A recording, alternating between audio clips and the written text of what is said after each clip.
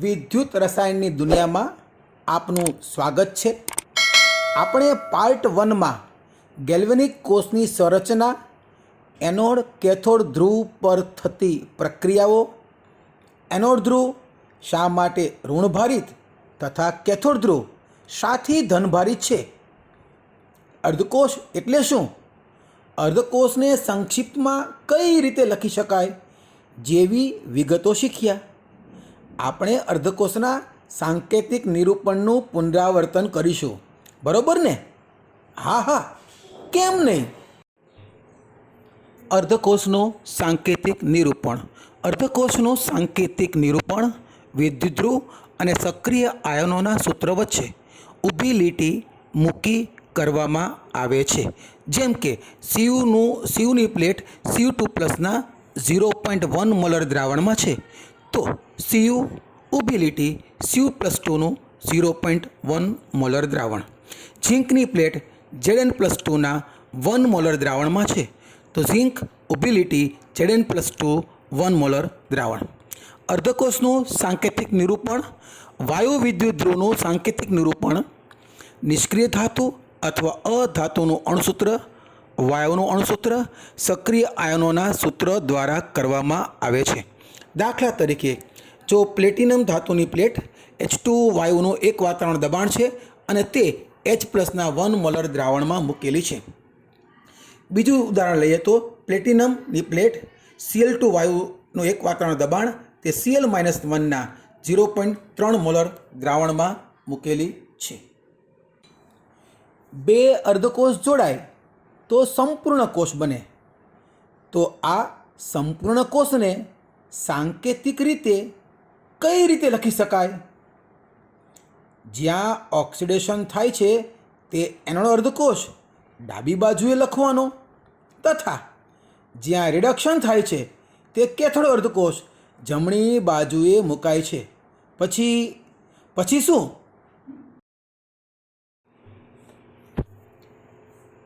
વિદ્યુત રાસાયણિક કોષનું સાંકેતિક નિરૂપણ। બે અર્ધકોષને ક્ષાર સેતુથી જોડતા વિદ્યુત રાસાયણિક કોષ બને છે। જો કોષના બે દ્રાવણોને જોડવા ક્ષાર સેતુનો ઉપયોગ કરવામાં આવ્યો હોય તો બે ઊભી લીટીના ચિહ્ન દ્વારા દર્શાવાય છે, પરંતુ જો ક્ષાર સેતુનો ઉપયોગ કરવામાં ન આવ્યો હોય તો એક જ ઊભી લીટીનું ચિહ્ન વપરાય છે। વિદ્યુત રાસાયણિક કોષના સાંકેતિક નિરૂપણમાં હંમેશા એનોડ ડાબી બાજુએ અને કેથોડ જમણી બાજુ દર્શાવાય છે। કોષની રચનામાં વપરાયેલા દ્રાવણોની સાંદ્રતા મોલારિટીમાં ક્ષારના સૂત્ર પછી લખવામાં આવે છે। જેમ કે અહીંયા રજૂ કરેલો કોષ, જેમાં ઝિંક એનોડ છે તે Zn+2ના 1 મોલર દ્રાવણમાં રાખેલો છે, Cu કેથોડ છે તે Cu+2ના 1 મોલર દ્રાવણમાં રાખેલ છે। આ બંને દ્રાવણોની વચ્ચે આ જે સંકેત છે તે ક્ષાર સેતુનો છે। Zn+2નું 1 મોલર દ્રાવણ અને Cu2+નું 1 મોલર દ્રાવણ ક્ષાર સેતુ દ્વારા એકબીજાના સંપર્કમાં છે।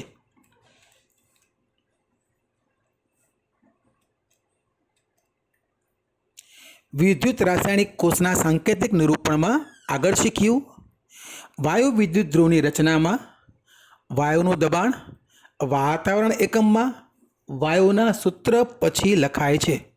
જેમ કે પ્લેટિનમ વિદ્યુત ધ્રુવ, એના સંપર્કમાં H2 વાયુ જેનું દબાણ 1 વાતાવરણ છે, H+1 મોલર દ્રાવણના સંપર્કમાં છે। આ પ્લેટિનમની પ્લેટ એ એનોડ છે અને Agની પ્લેટ એ કેથોડ છે, જે Ag+1ના 1 મોલર દ્રાવણના સંપર્કમાં છે। આ બંને વચ્ચે ક્ષાર સેતુની રચના છે। એવી રીતે આ બીજું ઉદાહરણ લઈએ તો અહીંયા Ag એનોડ છે અને પ્લેટિનમ કેથોડ છે। Agની પ્લેટ Ag+1ના 0.2 મોલર દ્રાવણમાં મૂકેલી છે। પ્લેટિનમ વિદ્યુત ધ્રુવના સંપર્કમાં ક્લોરીન વાયુ જેનું દબાણ 1 વાતાવરણ છે, જે Cl-1ના 0.6 મોલર દ્રાવણના સંપર્કમાં છે અને તેમની બંનેની વચ્ચે આ ક્ષાર સેતુ મૂકવામાં આવેલ છે. હવે આપણે શીખીશું પ્રમાણિત અર્ધકોષ. પ્રમાણિત અર્ધકોષ એટલે શું?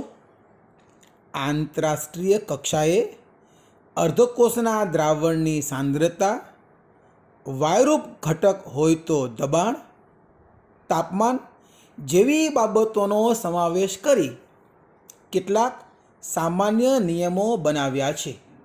જે અર્ધકોષ આ ધોરણનું નિયમનું પાલન કરે તે પ્રમાણિત અર્ધકોષ કહેવાય અને આંતરરાષ્ટ્રીય કક્ષાએ નક્કી થયેલા ધોરણ સ્ટાન્ડર્ડાઇઝેશનનું પાલન ન કરે તો એ અર્ધકોષ બિન પ્રમાણિત અર્ધકોષ કહેવાય.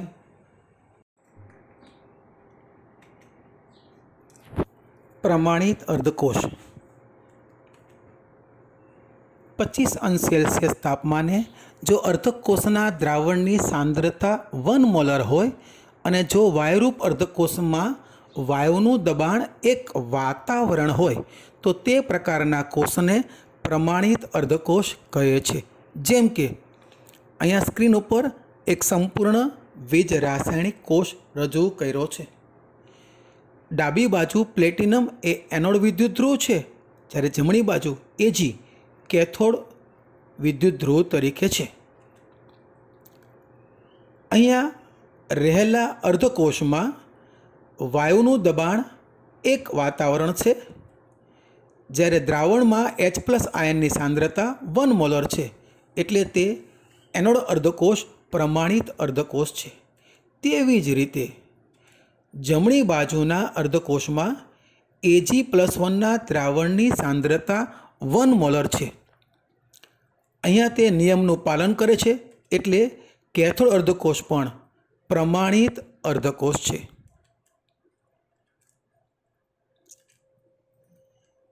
પ્રમાણિત અર્ધકોષનું એક બીજું ઉદાહરણ લઈએ. અહીંયા Agની પ્લેટ એનોડ તરીકે, જ્યારે પ્લેટિનમની પ્લેટ કેથોડ તરીકે છે. Agની પ્લેટ Ag+1ના 0.2 મોલર દ્રાવણમાં મૂકેલી છે. અહીંયા એનોડ અર્ધકોષમાં દ્રાવણની સાંદ્રતા નિયમ અનુસાર 1 મોલર હોવી જોઈએ નથી, એટલે તે બિન પ્રમાણિત અર્ધકોષ છે. જમણી બાજુના કેથોડ અર્ધકોષની અંદર ક્લોરીન વાયુનું દબાણ 1 વાતાવરણ છે, પરંતુ ક્લોરીન માઇનસ આયનની સાંદ્રતા 0.6 મોલર છે, જે નિયમ અનુસાર 1 મોલર નથી.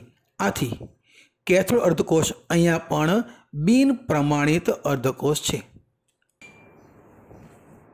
બે પ્રમાણિત અર્ધકોષ જોડાય તો બનતા સંપૂર્ણ કોષને પ્રમાણિત કોષ કહેવાય. ખરું ને? એક્ઝેક્ટલી, તદ્દન ખરું. કોષ એટલે શું? બે પ્રમાણિત અર્ધકોષના જોડાણથી પ્રમાણિત કોષ બને છે. જેમ કે અહીંયા સ્ક્રીન ઉપર એક વીજ રાસાયણિક કોષ આપેલો છે. પ્લેટિનમ એ એનોડ છે, Agની પ્લેટ કેથોડ છે. અહીંયા ડાબી બાજુનો એનોડ અર્ધકોષ, જેમાં વાયુનું દબાણ 1 વાતાવરણ છે અને H+ આયન સાંદ્રતા 1 મોલર છે. આમ તે પ્રમાણિત અર્ધકોષ છે. જમણી બાજુ Ag કેથોડ છે, તેમાં દ્રાવણની સાંદ્રતા 1 મોલર છે, એટલે કે તે પણ પ્રમાણિત અર્ધકોષ છે. બે પ્રમાણિત અર્ધકોષના જોડાણથી સંપૂર્ણ પ્રમાણિત કોષ બને છે. આપણે બીજું ઉદાહરણ જોઈશું. અહીંયા Ag એ એનોડ છે અને પ્લેટિનમ એ કેથોડ છે. બંને ક્ષાર સેતુથી જોડેલા છે. એનોડ અર્ધકોષમાં Ag+નું 1 મોલર દ્રાવણ છે, એટલે કે તે પ્રમાણિત અર્ધકોષ છે. જ્યારે પ્લેટિનમ કેથોડ છે તેવા અર્ધકોષમાં Cl-1 આયનની સાંદ્રતા 0.6 મોલર છે, એટલે કે તે બિન પ્રમાણિત અર્ધકોષ છે. અહીંયા બંને પ્રમાણિત અર્ધકોષ ન હોવાથી સંપૂર્ણ કોષ બિન પ્રમાણિત કોષ બનશે. એક આપણે નવું ઉદાહરણ જોઈશું. અહીંયા Cu એનોડ છે, જ્યારે પ્લેટિનમ એ કેથોડ છે. Cu+2નું દ્રાવણ, એની સાંદ્રતા 0.1 મોલર છે. આમ આ અર્ધકોષ, એનોડ અર્ધકોષ એ બિન પ્રમાણિત અર્ધકોષ છે. જ્યારે કેથોડમાં પ્લેટિનમ વિદ્યુતધ્રુવ છે, ત્યાં દ્રાવણની સાંદ્રતા 0.6 મોલર છે. આમ અહીંયા કેથોડ અર્ધકોષ પણ બિન પ્રમાણિત અર્ધકોષ છે. બંને બિન પ્રમાણિત અર્ધકોષ હોવાથી સંપૂર્ણ કોષ એ બિન પ્રમાણિત કોષ બને છે. હવે આપણે વિદ્યુત ધ્રુવના પ્રકારો વિશે જાણીશું. હવે શીખીશું વિદ્યુત ધ્રુવ અને તેના પ્રકારો. વિદ્યુત ધ્રુવ વિદ્યુત રાસાયણિક કોષના દ્રાવણમાં ડુબાડેલી ધાતુની પટ્ટીઓ અથવા ગ્રેફાઇટ જેવા અધાતુના સળિયા કે જેની સપાટી ઉપર ઓક્સિડેશન કે રિડક્શન પ્રક્રિયાઓ થાય છે, તેને વિદ્યુત ધ્રુવ કહે છે. વિદ્યુત ધ્રુવના પ્રકાર સમજીએ તો એક છે ધાતુના સક્રિય વિદ્યુત ધ્રુવ, જેમાં Zn, Cu, Ag વગેરેના ઉદાહરણો આવે. ધાતુ કે અધાતુના નિષ્ક્રિય વિદ્યુત ધ્રુવ, જેમાં પ્લેટિનમ, ગ્રેફાઇટ વગેરે ઉદાહરણ આવે. ત્રીજું આવશે વાયુ વિદ્યુત ધ્રુવ, જેમાં H2, Cl2 વગેરેના ઉદાહરણ આવે છે. વિદ્યુત ધ્રુવના પ્રકાર. ધાતુના સક્રિય વિદ્યુત ધ્રુવ Zn, Cu, Ag વગેરે જેવી ધાતુઓના ધ્રુવ એ સક્રિય વિદ્યુત ધ્રુવ તરીકે વર્તે છે. આ ધ્રુવો પ્રક્રિયા અનુભવે છે. રેડોક્સ પ્રક્રિયાઓમાં આ ધ્રુવ જાતે ઇલેક્ટ્રોન ગુમાવે છે અને રેડોક્સ પ્રક્રિયા દરમિયાન આ ધ્રુવના વજનમાં ફેરફાર થાય છે.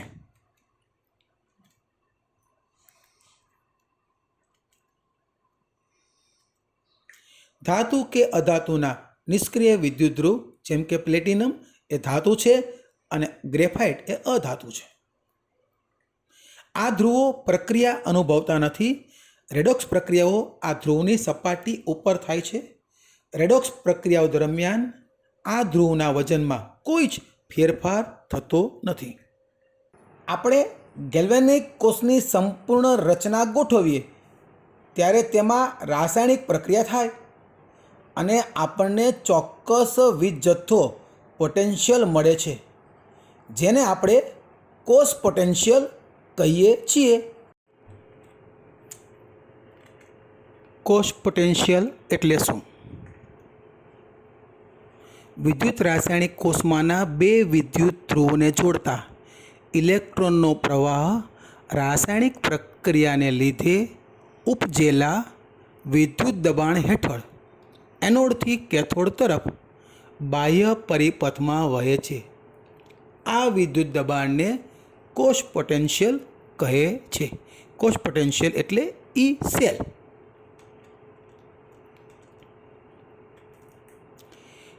ઇલેક્ટ્રોનના પ્રવાહની દિશા અને વીજ પ્રવાહની દિશા એકબીજાથી વિરુદ્ધ હોય છે.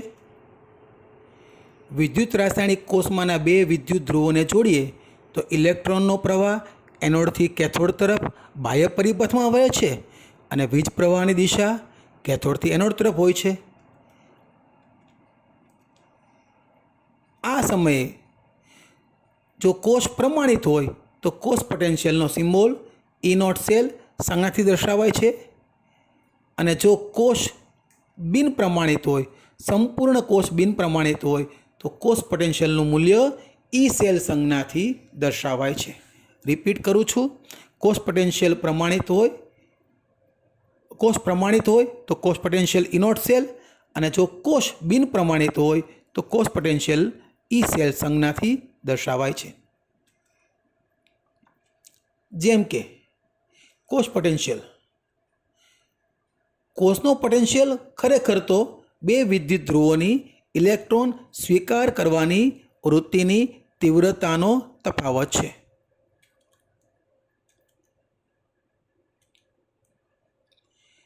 ઈ નોટ સેલ એટલે કે કોષ પોટેન્શિયલ એનો અર્થ છે રિડક્શન પ્રક્રિયામાં કેથોડ ધ્રુવનું પ્રમાણિત સ્થિતિમાં રિડક્શન પોટેન્શિયલ માઇનસ એનોડ ધ્રુવની પ્રમાણિત સ્થિતિમાં રિડક્શન પોટેન્શિયલનું મૂલ્ય, બંનેની ઇલેક્ટ્રોન સ્વીકારવાની તીવ્રતાનો તફાવત, અથવા ઈ નોટ સેલ બરાબર E naught reduction potential of right side, જમણી બાજુ કેથોડ હોય છે એટલે right side, minus E naught reduction potential of left side. આપણે જાણીએ છીએ કે ડાબી બાજુએ એનોડ હોય છે એટલે. આ સૂત્રનો ઉપયોગ કરીને આપણે કેટલાક દાખલા ભવિષ્યમાં ગણવાના છીએ. કોષ પોટેન્શિયલનું અંદાજિત માપન વોલ્ટમીટર સાધન દ્વારા કરાય છે, પરંતુ વોલ્ટમીટર સાધન દ્વારા માપવામાં આવતો કોષ પોટેન્શિયલ વાસ્તવમાં કોષનો સાચો પોટેન્શિયલ હોતો નથી. વોલ્ટમીટર દ્વારા આપણને એક્યુરેટ માપન થતું નથી, આપણને લગભગ અંદાજિત માપન થાય છે. કોષ પોટેન્શિયલનું ચોકસાઈપૂર્વકનું માપન કરવા માટે પોટેન્શિયોમીટર નામના સાધન વાપરવામાં આવે છે. પોટેન્શિયોમીટરથી આપણને ચોક્કસ એક્યુરેટ કોષ પોટેન્શિયલ જાણવા મળે છે. ગેલ્વેનિક કોષમાં એનોડ કોણ બને, કેથોડ કોણ બને, હવે આપણે એ શીખીશું.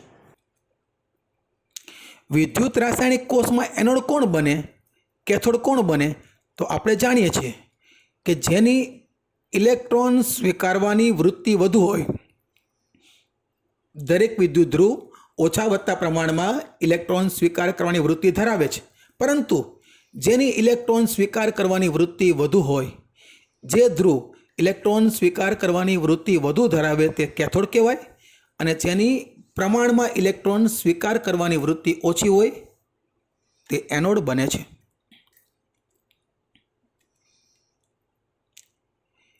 જેમ કે અહીંયા આપણી પાસે એક ઉદાહરણ આપેલું છે. Zinc Zn+2 1 molar, CU solid એ Cu+2ના 1 મોલર દ્રાવણમાં રાખેલું છે. બંને ક્ષાર સેતુથી જોડાયેલા છે. અહીંયા સીયુની ઇલેક્ટ્રોન સ્વીકારવાની વૃત્તિ વધુ છે, જ્યારે ઝિંકની ઇલેક્ટ્રોન સ્વીકારવાની વૃત્તિ ઓછી છે. આથી સીયુ કેથોડ બને છે અને ઓછી વૃત્તિ ધરાવતો ઝિંક એ એનોડ બને છે. અહીંયા ઝિંકની ઇલેક્ટ્રોન સ્વીકાર કરવાની વૃત્તિ ઓછી છે એટલે ઝિંક ઇલેક્ટ્રોન મુક્ત કરે છે અને Zinc+2 બને છે, જ્યારે Cu+2માંથી Cu બને છે. આમ Zn ઇલેક્ટ્રોન મુક્ત કરે છે તેથી એનોડ છે. Cuની ઇલેક્ટ્રોન સ્વીકાર કરવાની વૃત્તિ Zn કરતાં વધુ હોવાથી તે ઇલેક્ટ્રોન સ્વીકારે છે, તેથી Cu કેથોડ બને છે.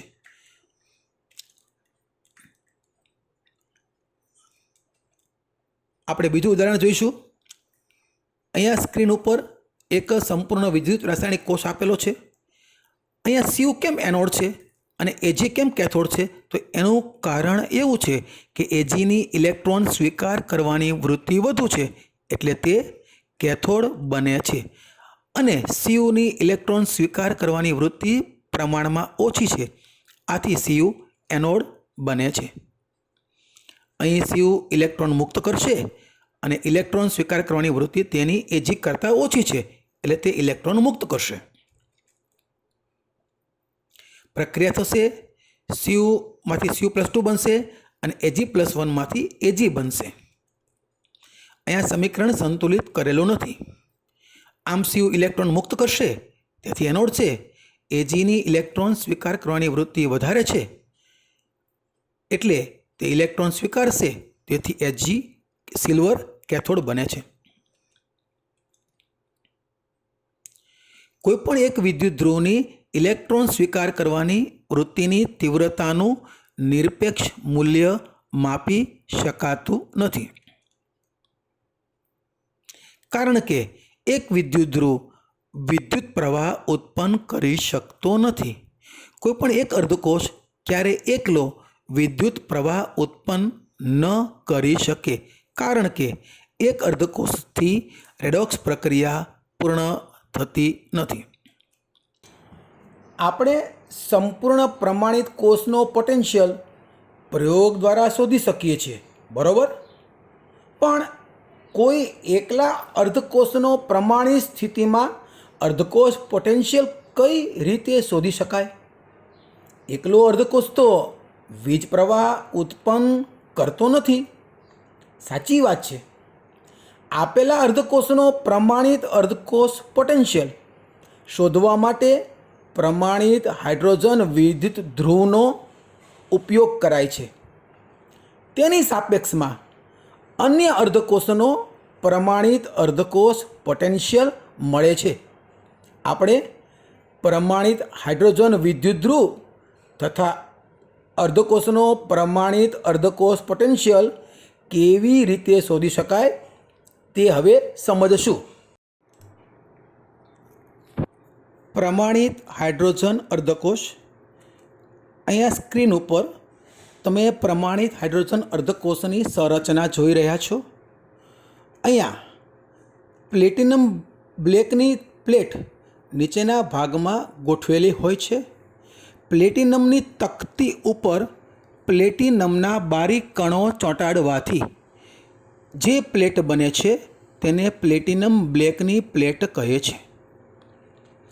આ સમગ્ર સંરચના 1 મોલર H+ દ્રાવણમાં મૂકેલી હોય છે. ઉપરના ભાગમાંથી H2 વાયુ બહાર નીકળે તેવી અથવા જરૂર પડે તો H2 વાયુ અંદર દાખલ કરવાની સુવિધા હોય છે. અહીંયા પ્લેટિનમનો તાર જોડેલો હોય છે, જે અન્ય અર્ધકોષ સાથે જોડવા માટે કામમાં આવે છે. પ્રમાણિત હાઇડ્રોજન અર્ધકોષ એનોડ અથવા કેથોડ અર્ધકોષ તરીકે વર્તી શકે છે. જ્યારે સંપૂર્ણ કોષની રચના કરીએ ત્યારે જો અન્ય અર્ધકોષની સરખામણીમાં પ્રમાણિત હાઇડ્રોજન અર્ધકોષનો ઇલેક્ટ્રોન સ્વીકારવાનો વૃત્તિ ગુણ વધારે હોય તો પ્રમાણિત હાઇડ્રોજન અર્ધકોષ કેથોડ તરીકે વર્તશે, અને જો અન્ય અર્ધકોષની સરખામણીમાં પ્રમાણિત હાઇડ્રોજન અર્ધકોષની ઇલેક્ટ્રોન સ્વીકારવાની વૃત્તિ તીવ્રતા ઓછી હોય અને અન્ય અર્ધકોષની ઇલેક્ટ્રોન સ્વીકારવાની તીવ્રતા વધુ હોય તો અન્ય અર્ધકોષ કેથોડ બનશે અને એનોડ તરીકે પ્રમાણિત હાઇડ્રોજન અર્ધકોષ વર્તશે. પ્રમાણિત હાઇડ્રોજન અર્ધકોષ જ્યારે કેથોડ તરીકે વર્તે ત્યારે ઇલેક્ટ્રોન સ્વીકારે છે. H+ દ્રાવણમાં રહેલા આયનો ઇલેક્ટ્રોનનો સ્વીકાર કરીને H2 વાયુ બનાવે છે. જે H2 વાયુ બને છે એ અહીંથી બહાર નીકળે છે. જ્યારે પ્રમાણિત હાઇડ્રોજન અર્ધકોષ એનોડ તરીકે વર્તે ત્યારે આપણે H2 વાયુ અંદર દાખલ કરવો પડે છે. એ H2 વાયુ અંદર દાખલ થાય છે અને અહીંયા તેમાંથી H+ તેનું રૂપાંતરણ થાય છે, ઇલેક્ટ્રોન મુક્ત થાય છે. એ ઇલેક્ટ્રોન અન્ય અર્ધકોષને મળે છે. આંતરરાષ્ટ્રીય કક્ષાએ પ્રમાણિત હાઇડ્રોજન અર્ધકોષનો અર્ધકોષ પોટેન્શિયલ 0.0 એટલે કે 0 વોલ્ટ સ્વીકારાયેલો છે.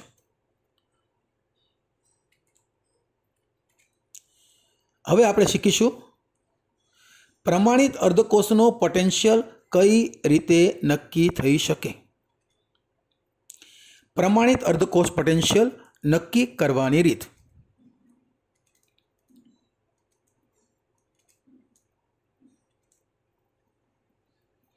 કોઈપણ પ્રમાણિત અર્ધકોષનો પોટેન્શિયલ મેળવવા તે અર્ધકોષને પ્રમાણિત હાઇડ્રોજન અર્ધકોષ સાથે ક્ષાર સેતુ વડે જોડવામાં આવે છે. અહીંયા આપણે જોઈ રહ્યા છીએ એક સંરચના કે જેમાં આ અર્ધકોષનો આપણે પ્રમાણિત અર્ધકોષ પોટેન્શિયલ મેળવવો છે. એટલે તેને પ્રમાણિત હાઇડ્રોજન અર્ધકોષ સાથે જોડીશું.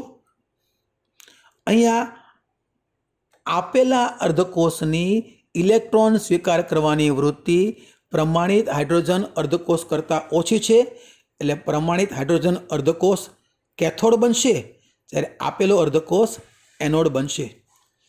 સંપૂર્ણ સંરચના પૂરી કરીએ, ક્ષાર સેતુ વડે જોડીએ તો આ સમયે આપણને વીજ જથ્થો મળે છે, જેને આપણે કોષ પોટેન્શિયલ કહીએ છીએ.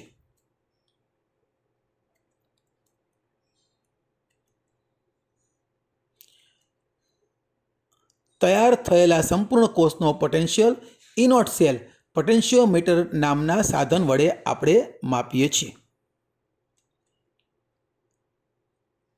અહીંયા સૂત્ર છે ઇનોટ સેલ બરાબર E naught reduction potential of cathode minus E naught reduction potential of anode.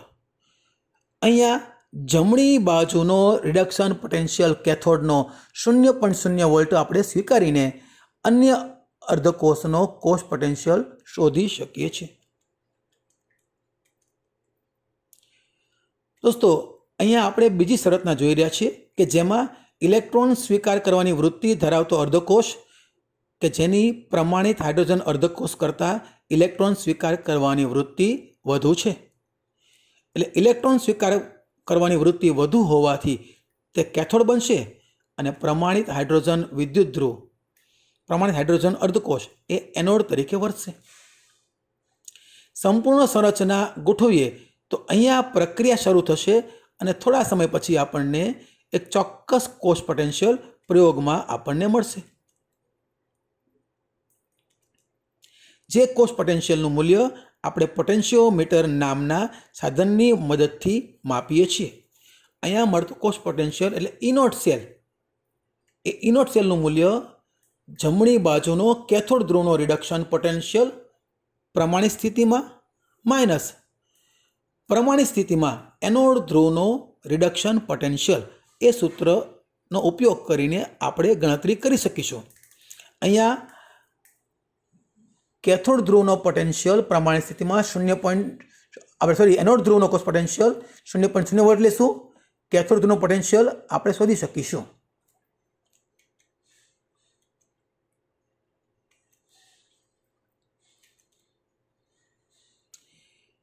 અહીંયા યાદ રાખી લઈએ, જેને ઇલેક્ટ્રોન સ્વીકાર કરવાની વૃત્તિ પ્રમાણિત હાઇડ્રોજન અર્ધકોષ કરતાં ઓછી હોય તે એનોડ બને અને ત્યારે પ્રમાણિત હાઇડ્રોજન અર્ધકોષ કેથોડ બને છે.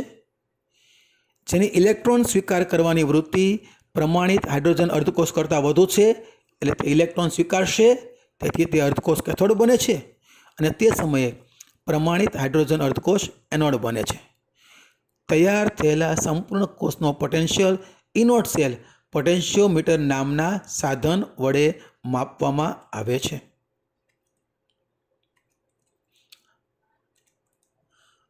અને અહીંયા બેમાંથી એક સૂત્રનો ઉપયોગ કરીને આપણે દાખલાની મદદથી ગણતરી કરીને આપણે કોષ પોટેન્શિયલ અર્ધકોષનો શોધી શકીએ છીએ.